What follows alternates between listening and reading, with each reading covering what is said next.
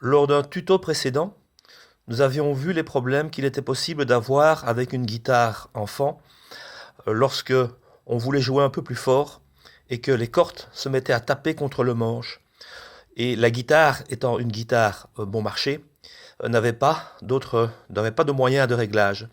Nous avions vu en fait qu'il était possible avec une colle silicone de relever le silet de manche.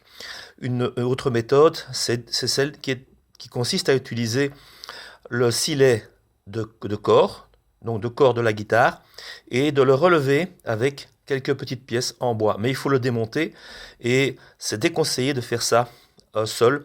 Il faut demander à un luthier, c'est toujours préférable. Alors nous, on avait évidemment réalisé ce bricolage parce que c'était le confinement et que les luthiers étaient fermés tout simplement. Mais ici, nous avons en face de nous une guitare qui a ce fameux réglage. Vous voyez? Alors évidemment, ceci, c'est un outil tout à fait standard parce que les guitares qui sont assez haut de gamme ont toujours l'outil qui est livré avec. Celle-ci, c'est une guitare de moyenne gamme. Et donc, vous voyez ici qu'on peut utiliser cet outil, cette clé, et qu'elle fonctionne très bien. Donc, on l'insère dedans. Alors, il faut juste savoir dans quel sens on va tourner, évidemment. Si on veut que le manche soit, comment dirais-je, bombé, il faut serrer le manche, donc il faut visser dans le sens des aiguilles d'une montre.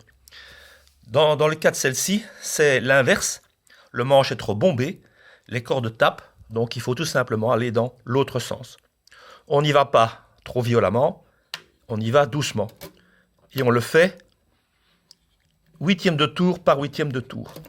Donc voilà, hop. Et voilà, donc ça c'est déjà une chose. Et s'il le faut, on le fait une deuxième fois. C'est-à-dire 2/8 de tour, ça fait un quart de tour. Il ne faut pas aller plus loin, vous voyez. Et il ne faut pas spécialement avoir un outil spécial, ça fonctionne avec les clés qui sont livrées avec un vélo par exemple.